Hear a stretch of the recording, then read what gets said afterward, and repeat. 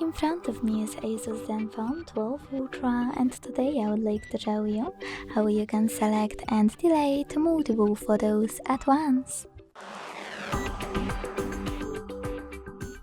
Begin by opening Gallery app and tapping on Albums or Photos at the bottom.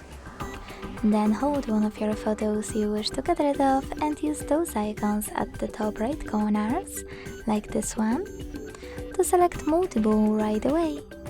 If you want to keep some of them, tap on the chosen ones. And to get rid of the rest, use Delete button at the bottom. Then confirm your choice in the pop-up. Thanks so much for watching. If you enjoyed this video, leave a like, comment and subscribe.